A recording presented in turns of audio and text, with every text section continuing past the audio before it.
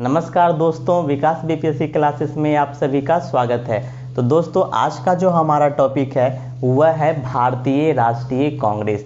और भारतीय राष्ट्रीय कांग्रेस के संबंधित नोट्स आपको ग्रुप में दे दिए गए हैं, तो आप नोट्स को पढ़ें और साथ में यह वीडियो को देखें, तो आपको सारी चीज़ें आसानी से समझ में आने लगेगी। तो आज हम इस टॉपिक में देखेंगे कि भारतीय राष्ट्रीय कांग्रेस की स्थापना किस प्रकार से हुई, कौन कौन से नेताओं ने इसमें पार्टिसिपेट किया, किस जगह पे हुई और क्या कारण थे। तो भारतीय राष्ट्रीय कांग्रेस के बारे में आज हम लोग देखेंगे। वीडियो देखने से पहले आप हमारे चैनल को सब्सक्राइब कर लीजिए और वीडियो के अंत तक बने रहें। और वीडियो अगर अच्छा लगे तो आप इसे लाइक्स ज़रूर कीजिएगा, ताकि हम आगे वीडियो बनाने के लिए मोटिवेट हो सके। तो चलिए शुरू करते हैं आज का टॉपिक, भारतीय राष्ट्रीय कांग्रेस। तो दोस्तों, हम जानते हैं कि 18वीं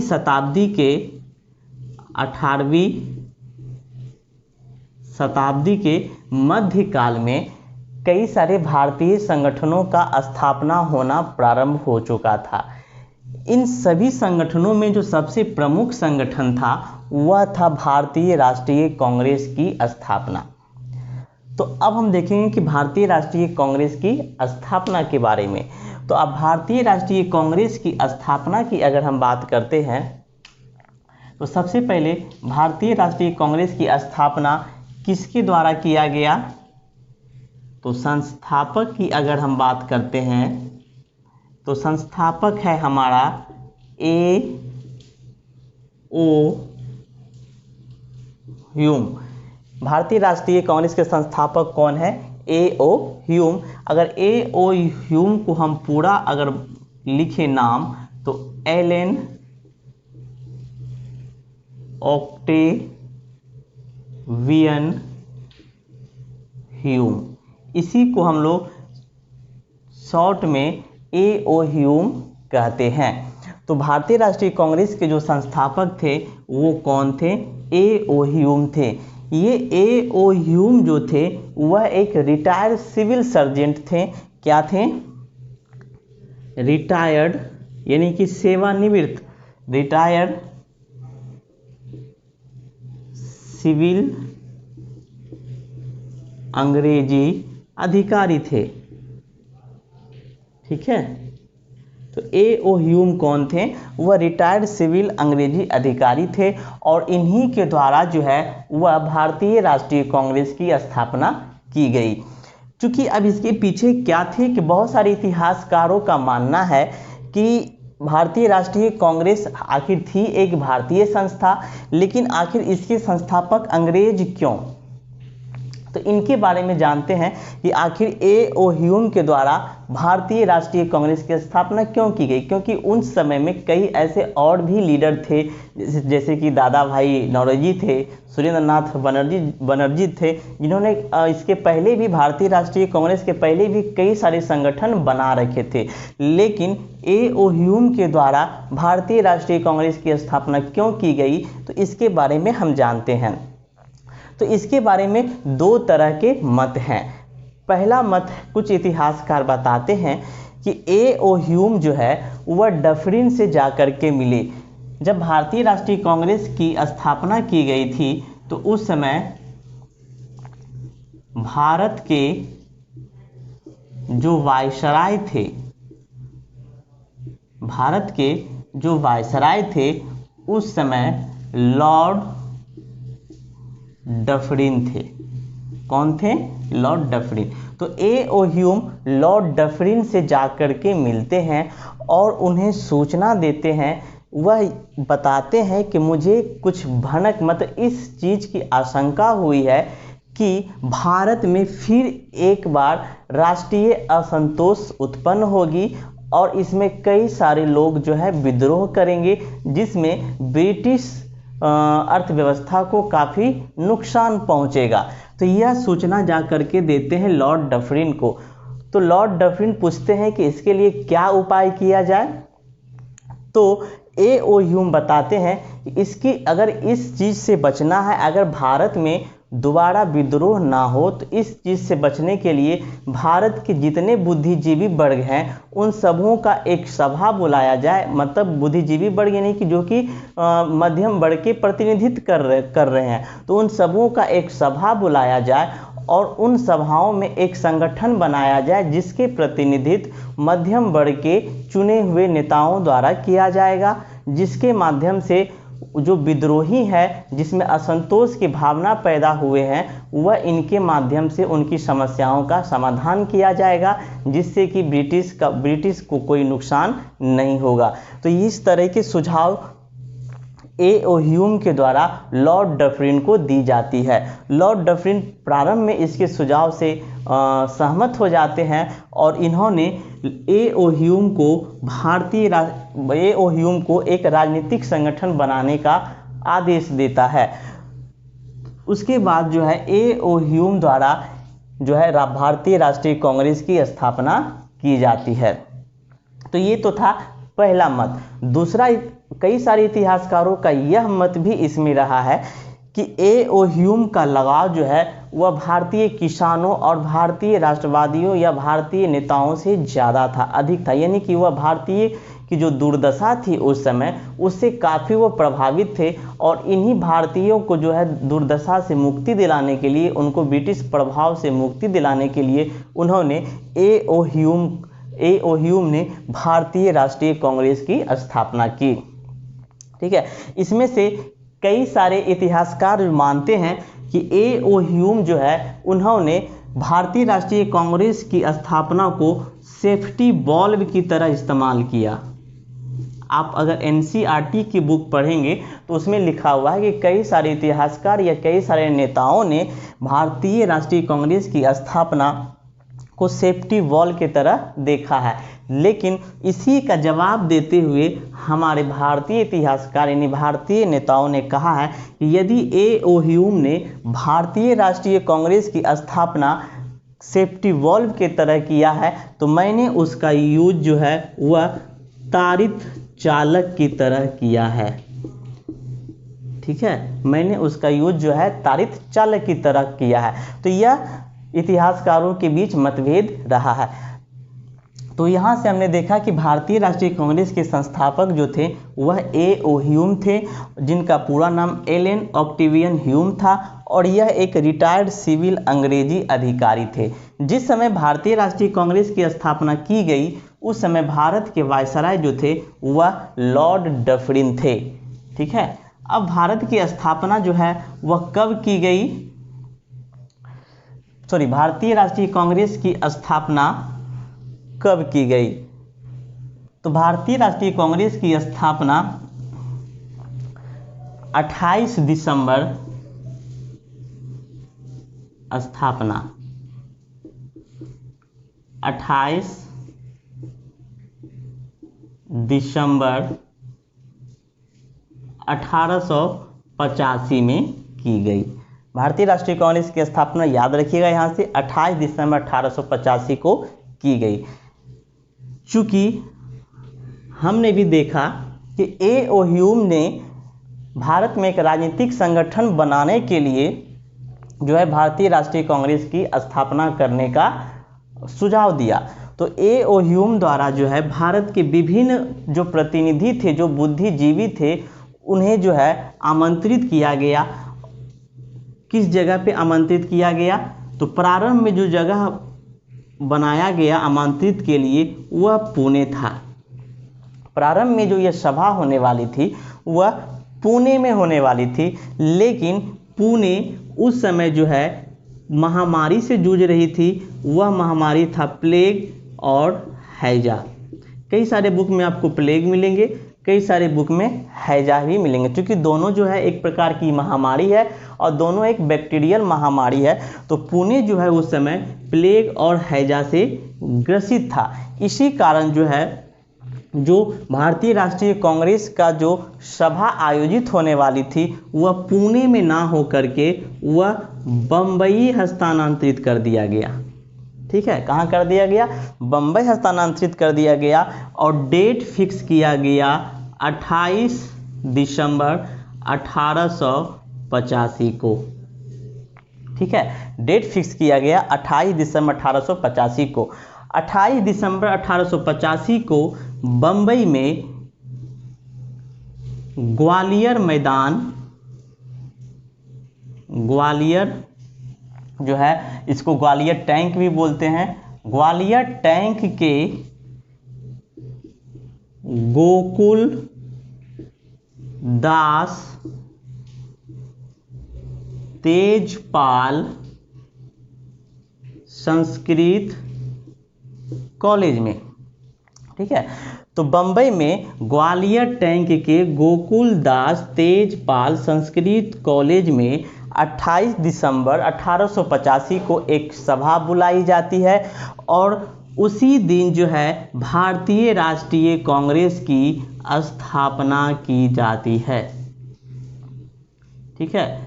उसी दिन जो है भारतीय राष्ट्रीय कांग्रेस की स्थापना की जाती है। तो यहाँ से आप याद रखिएगा कि भारतीय राष्ट्रीय कांग्रेस की जो प्रथम अधिवेशन हुई थी वह 28 दिसंबर 1885 को हुई थी, यानी कि ये इसे हम कह सकते हैं प्रथम अधिवेशन। तो भारतीय राष्ट्रीय कांग्रेस की जो प्रथम अधिवेशन हुई थी वो 28 दिसंबर 1885 को हुई थी और इसी प्रथम अधिवेशन में ही भारतीय राष्ट्रीय कांग्रेस की स्थापना की जाती है। यह कहाँ पे आयोजित हुआ? तो प्रारंभ में इसका आयोजन पुणे में रखा गया था, लेकिन पुणे उस समय जो है प्लेग और हैजा जैसी महामारी से जूझ रही थी।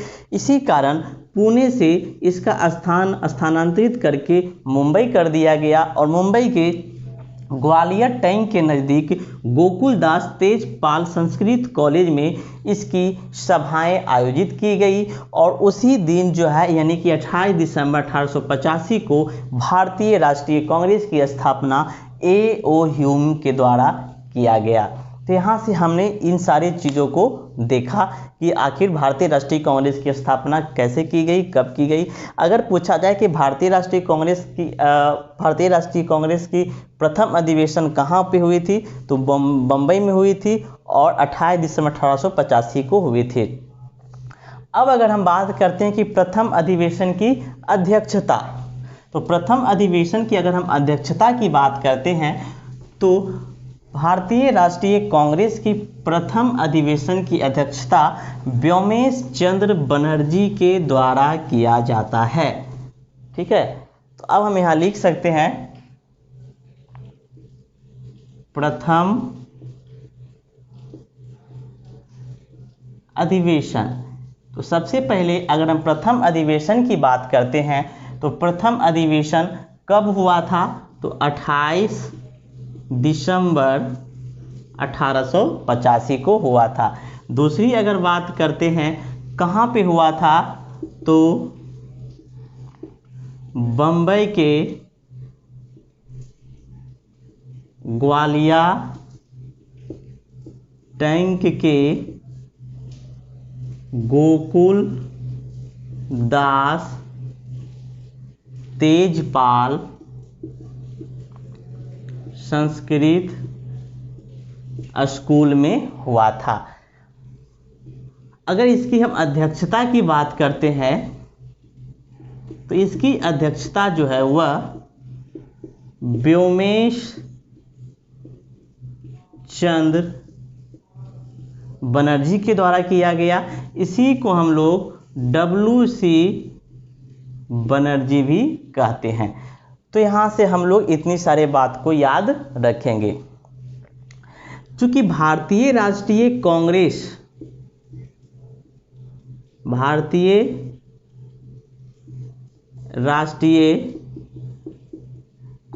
की जब स्थापना की गई थी तो उस समय इसका नाम जो रखा गया था वह रखा गया था भारतीय राष्ट्रीय संघ, ठीक है।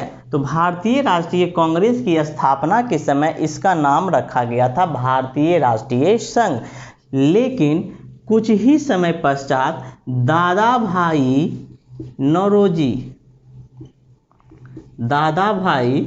नौरोजी के सुझाव पर भारतीय राष्ट्रीय संघ को जो है वह हटा करके इसका नाम परिवर्तित किया गया भारतीय राष्ट्रीय कांग्रेस में। ठीक है, तो यहाँ से आप याद रखिएगा कि भारतीय राष्ट्रीय कांग्रेस का पूर्ववर्ती नाम जो था वह क्या था, भारतीय राष्ट्रीय संघ। और किसके सुझाव पर भारतीय राष्ट्रीय कांग्रेस रखा गया, तो वह हमारे थे दादा भाई नौरोजी के सुझाव पे। तो यहाँ से हमने ये सारे चीज को देखे। अब बात करते हैं कि प्रथम अधिवेशन में कौन कौन से प्रतिनिधि यानी कि कौन कौन से नेता जो है वह भाग लिए थे। तो प्रथम अधिवेशन की अगर हम बात करते हैं तो टोटल इसमें 72 प्रतिनिधि भाग लिए थे। पीडीएफ में यह नहीं लिखा होगा, आप लोग इसे नोट कर लीजिएगा साइड में। तो प्रथम अधिवेशन में कुल 72 प्रतिनिधियों ने भाग लिया, जिनमें से कुछ प्रमुख नेता भी थे।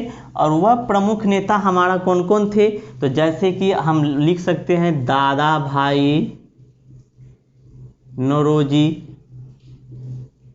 ठीक है, जैसे कि हम लिख सकते हैं व्योमेश चंद्र बनर्जी, जैसे कि गोपाल कृष्ण गोखले, जैसे कि भूपेंद्र नाथ दत्त। तो ये सारे जो प्रतिनिधि इत्यादि कई सारे 72 प्रतिनिधि जो है इसमें भाग लिए थे। लेकिन सुरेंद्र नाथ बनर्जी जो थे उस समय काफ़ी चर्चित थे, उनके द्वारा जो है प्रथम अधिवेशन में भाग नहीं लिया गया। तो यहाँ से आप एक नाम याद रखिएगा, सुरेंद्र नाथ बनर्जी।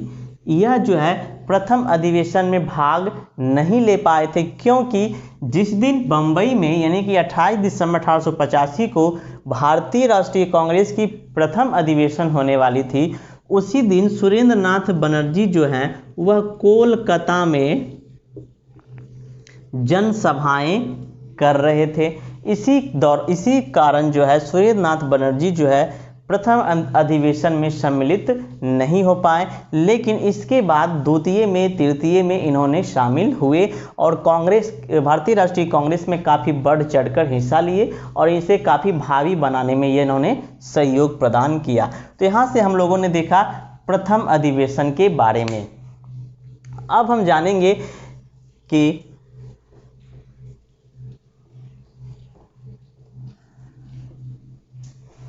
भारतीय राष्ट्रीय कांग्रेस के दूसरे अधिवेशन। ठीक है, भारतीय राष्ट्रीय कांग्रेस के दूसरे अधिवेशन।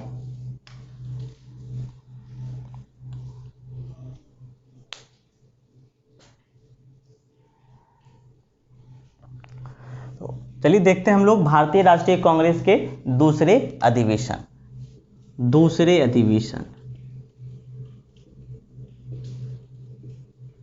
ठीक है, दूसरे अधिवेशन की हम बात करते हैं तो दूसरा अधिवेशन 1886 में, क्योंकि भारतीय राष्ट्रीय कांग्रेस की स्थापना जो हुई थी उसके बाद यह रखा गया कि प्रत्येक साल नवंबर से दिसंबर के महीने में इसकी आयोजन किया जाएगा, यानी कि बैठक किया जाएगा। तो 1885 में हुई थी पहली अधिवेशन, तो दूसरी में आप एक साल बढ़ा दीजिए, यानी कि 1886 में दूसरे अधिवेशन की गई थी। और यह अधिवेशन कहाँ की गई थी, तो यह कोलकाता में की गई थी।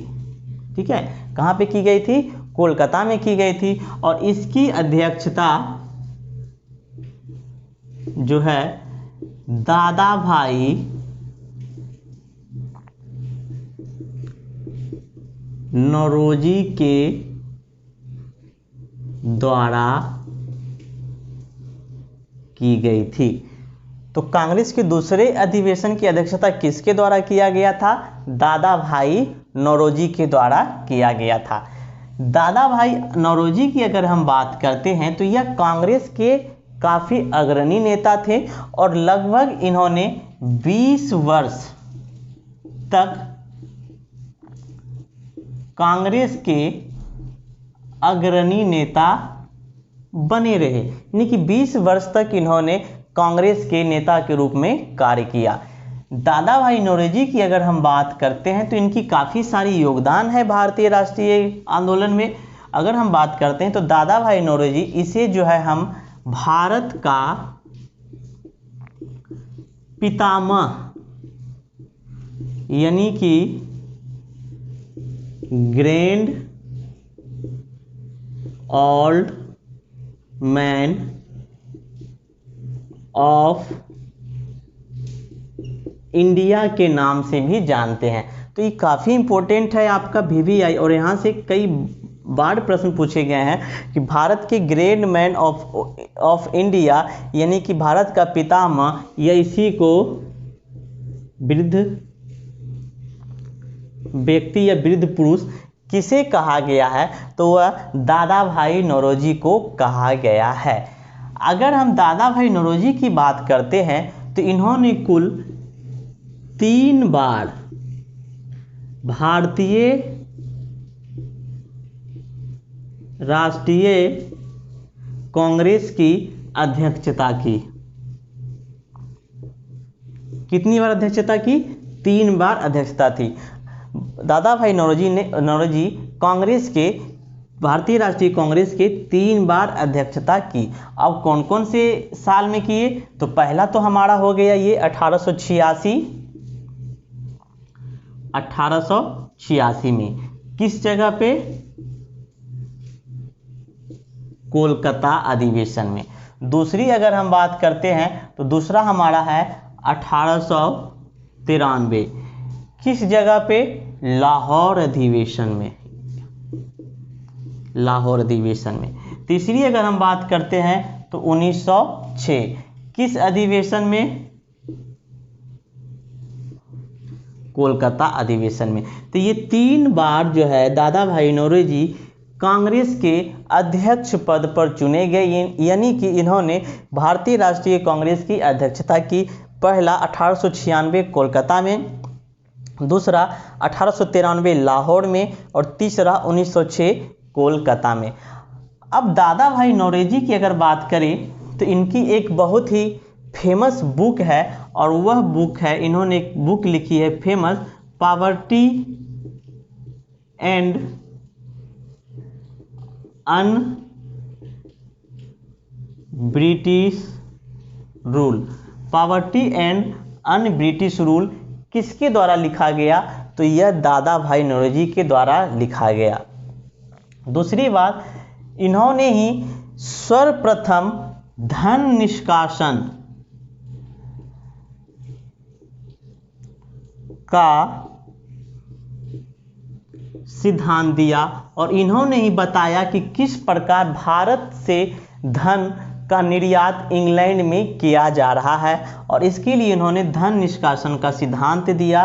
किसने दिया? दादा भाई नौरोजी ने दिया। ब्रिटेन के संसद में चुने जाने वाले यह प्रथम प्रतिनिधि हुए भारत के। दूसरा, इन्होंने इंग्लैंड में इन्होंने ईस्ट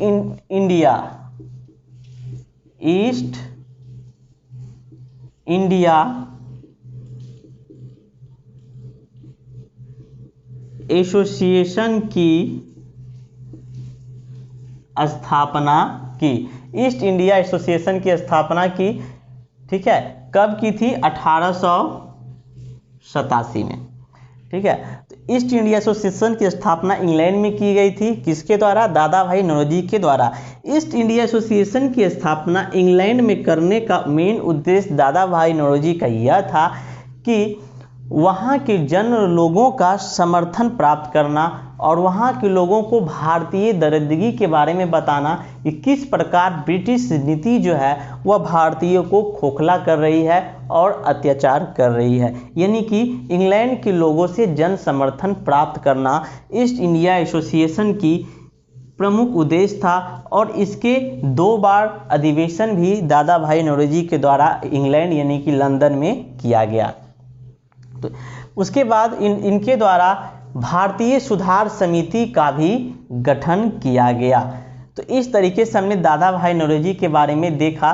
काफ़ी योगदान इनका रहा भारतीय राष्ट्रीय कांग्रेस में को अभावी बनाने में और भारतीय राष्ट्रीय आंदोलन में भी दादा भाई नौरोजी की काफ़ी महत्वपूर्ण भूमिका रही है। और इसी कारण जो है इन्हें भारत का पितामह यानी कि great old man of India यानी वृद्ध व्यक्ति के नाम से जाना जाता है। तो यह हमने देखा कांग्रेस के दूसरे अधिवेशन के बारे में। अब हम देखेंगे तीसरे अधिवेशन।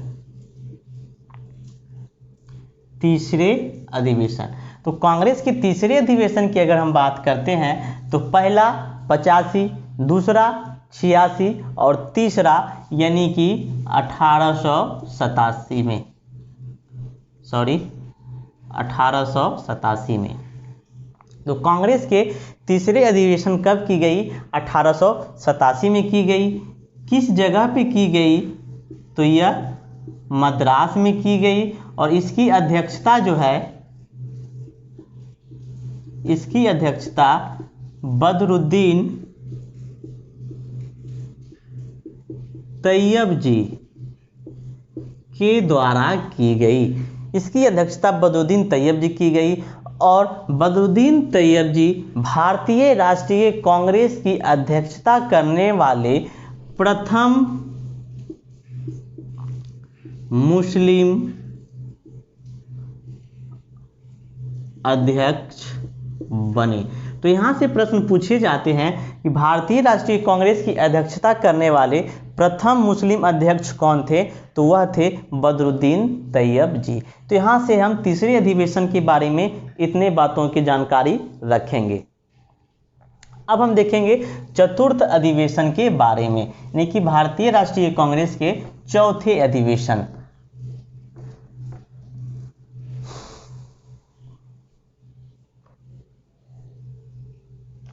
भारतीय राष्ट्रीय कांग्रेस के चौथे अधिवेशन।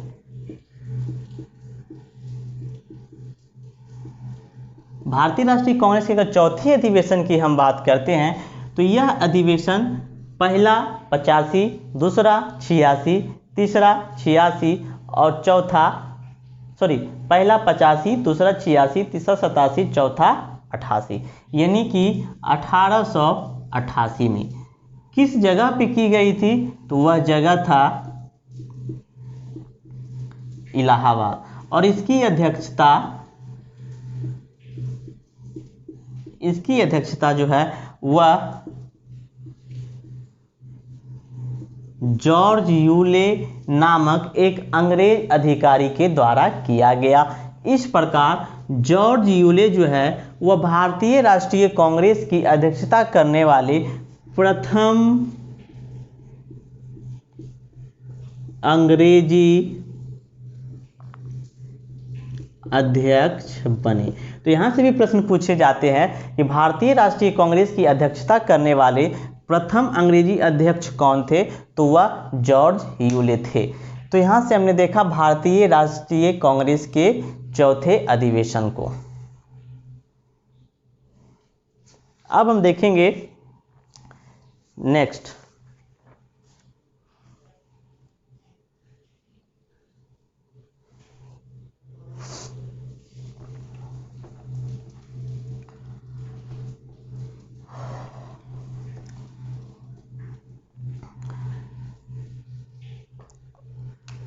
अब देखते हैं हम भारतीय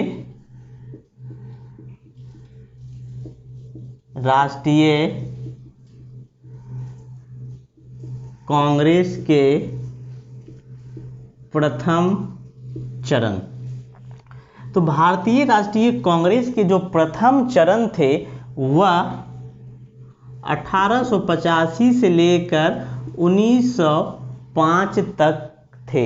यानी कि 1885 से लेकर 1905 तक के जो काल थे, जो चरण थे, वह भारतीय राष्ट्रीय कांग्रेस के प्रथम चरण थे। और इस चरण को जो है नरम चरण या उदारवादी चरण के नाम से जाना जाता है। ऐसा इसलिए जाना जाता है चूंकि इस काल के द्रव्यमान में जितने सारे नेता थे वह उदारवादी थे, यानी उनका ऐसा विश्वास था कि अंग्रेज जो है वह भारत के लिए जो है, अगर अंग्रेजों के समक्ष अगर हम अहिंसक प्रदर्शन करें, हिंसात्मक प्रवृत्ति ना अपनाएं और संवैधानिक सहारा लेते हुए अगर हम अपनी मांगों को ब्रिटिश सरकार के पक्ष में रखते हैं, तो ब्रिटिश सरकार जो है हमारा जो है आदेश जो हमारा मांग जो है वह मानेगा और हमारी मांगों की पूर्ति करेगा। इसलिए इनके द्वारा शांतिपूर्ण यानी कि अहिंसात्मक रूप से अपनी मांगों को जो है ब्रिटिश सरकार के सामने रखा गया। लेकिन परिणाम यह हुआ कि प्रारंभ में जो है ब्रिटिश सरकार का रुख जो है वह भारतीय राष्ट्रीय कांग्रेस के तरफ थोड़ी सी दिखी, लेकिन जैसे जैसे समय बीतता गया ब्रिटिश सरकार जो है इसे अनदेखा कर दिया और भारतीय राष्ट्रीय कांग्रेस के तरफ उन्होंने कोई ध्यान नहीं दिया और ना ही उनकी एक मांग को भी उन्होंने सुना। अंततः क्या हुआ कि भारतीय राष्ट्रीय कांग्रेस में एक अलग दल की स्थापना हुई जिसे कि हम लोग उग्रवादी यानी कि गरम दल के नाम से जानते हैं, और उनमें 3 नेताओं जो थे वह प्रमुख थे, जिसे हम लाल बाल पाल के नाम से जानते हैं, बाल गंगाधर तिलक, लाल बहादुर, लाला लाजपत राय और बिपिन चंद्र पाल। तो इन तीनों की चर्चा हम आगे करेंगे 1905 में। तो यहाँ से हमने देखा कि भारतीय राष्ट्रीय कांग्रेस के प्रथम चरण। अब इसमें ब्रिटिश सरकार की जो रवैया थी वह प्रारंभ में भारतीय राष्ट्रीय कांग्रेस के पक्ष में थी, लेकिन वह काफ़ी सूक्ष्म थी। उसके बाद धीरे धीरे ब्रिटिश सरकार की रवैया इसके विरुद्ध हो गई, यानी कि वह भारतीय नेताओं की कुछ बातें अनसुनी करने लगे, कुछ भी बात सुनने को तैयार नहीं थे। उसके बाद जो है प्रारंभ में कुछ अंग्रेज अधिकारी के द्वारा भारतीय राष्ट्रीय कांग्रेस की अध्यक्षता भी की गई, जैसे कि हमने देखा कि A.O. ह्यूम के द्वारा भारतीय राष्ट्रीय कांग्रेस की स्थापना की गई। दूसरा हमने देखा कि जॉर्ज यूले जो कि अंग्रेजी अधिकारी थे उनके द्वारा भारतीय राष्ट्रीय कांग्रेस की अध्यक्षता की गई। तो प्रारंभ में कुछ अधिकारी जो है इसमें बढ़ चढ़कर हिस्सा लेने का प्रयास किए, लेकिन अंत में क्या हुआ कि अंत में ब्रिटिश सरकार द्वारा एक नियम बनाया गया और उस नियम के तहत कोई भी ब्रिटिश अधिकारी कांग्रेस की अध्यक्षता नहीं कर सकता था और ना ही इसमें शामिल हो सकता था। तो इस तरीके से जो है कांग्रेस की जो मांगे थी वह काफ़ी सुस्त पड़ गई थी और उसकी धीमी जो है वह काफ़ी धीमी हो गई थी। अब इसकी गति को तीव्र करने के लिए एक नया दल का उत्पन्न होता है और वह है हमारा गरम दल यानी कि उग्रवादी दल। तो उसकी चर्चा हम लोग नेक्स्ट दूसरे चरण में करेंगे जब उनके PDF आपको ग्रुप में दिए जाएंगे। और दूसरी बात कि भारतीय राष्ट्रीय कांग्रेस के बहुत सारे मांग भी थे सरकार के प्रति, जैसे कि सिविल सर्जेंट की बहाली भारत में भी की जाए, दूसरी कि आर्थिक व्यवस्था को मजबूत किया जाए, करों से मुक्ति दिलाया जाए, भारत में उद्योग कल कारखाने इत्यादि विकसित किए जाएं। तो इन सारे मांग जो है भारतीय नेताओं का ब्रिटिश सरकार के विरुद्ध था, लेकिन ब्रिटिश सरकार इनकी अनदेखी कर दी और एक भी ना सुनी। फलतः यह हुआ कि धीरे धीरे यह आंदोलन शिक्षित वर्ग के हाथ से निकल करके मध्यम वर्ग के हाथ में जाने लगा और यह आंदोलन उग्र होता गया और अंततः धीरे धीरे यह आंदोलन एक जन आंदोलन बन गया जो कि हमारे भारतीय राष्ट्रीय आंदोलन में एक महत्वपूर्ण भूमिका निभाया और कई सारे लोग इसमें शहीद हुए, बलिदान हुए। इसी का परिणाम था भारतीय ब्रिटिश सरकार का। अब एक बात यहाँ से आप याद रखिएगा कि भारतीय राष्ट्रीय कांग्रेस के में जितने भी नेता थे वह प्रथम चरण के जो भी नेता थे, जो भी इसमें प्रतिनिधि थे, वह शिक्षित एवं पढ़े लिखे वर्ग से थे और उनका मानना था कि भारतीयों का विकास ब्रिटिश सरकार के पक्ष में रहकर ही किया जा सकता है, यानी कि अंग्रेजी शिक्षा के माध्यम से ही, पाश्चात्य शिक्षा के माध्यम से ही किया जा सकता है। इसलिए इनका कहीं ना कहीं ऐसा मत था कि हम ब्रिटिश सरकार के मत में रह करके ही अपनी मांगों को मनवाएंगे, लेकिन यह ऐसा नहीं हुआ। अंततः यह आंदोलन तीव्र हो गया और अंततः जो है यह आंदोलन अपनी मांगों की पूर्ति से हट करके एक चीज़ के लिए बन गया और वह चीज़ था स्वराज की प्राप्ति। और इसीलिए बाल गंगाधर तिलक ने यह नारा भी दिया कि स्वराज मेरा जमशीद अधिकार है और मैं इसे लेकर रहूँगा। तो अब धीरे धीरे किस तरीके से जो है यह मांग जो है वह भारतीय स्वराज की यानी स्वाधीनता की ओर ले जाती है, उसकी चर्चा हम करेंगे। क्योंकि यह काफ़ी लंबी घटना है। अब से जो हमारा शुरू हुआ है वह भारतीय स्वाधीनता संग्राम की शुरू हुई है, हमारी भारतीय आज़ादी की लड़ाई शुरू हुई है। तो इसके बाद हम देखेंगे दूसरे चरण यानी कि उग्रवादी गरम दल, वहाँ से हमारे भारतीय राष्ट्रीय आंदोलन की उग्रवादी नीति को देखने को मिलेंगे। तो आशा करता हूँ आपको यह वीडियो अच्छा लगा होगा। नेक्स्ट वीडियो में हम फिर आएंगे अगले टॉपिक को लेकर के। आप लोग फिर अगर यह वीडियो को लाइक कीजिएगा, सब्सक्राइब कीजिएगा और अपने दोस्तों के साथ अधिक से अधिक शेयर कीजिएगा और उन्हें इसकी सूचना दीजिएगा। तो फिर मिलते हैं अगले वीडियो में। मैं विकास कुमार आपसे विदा लेता हूँ। धन्यवाद।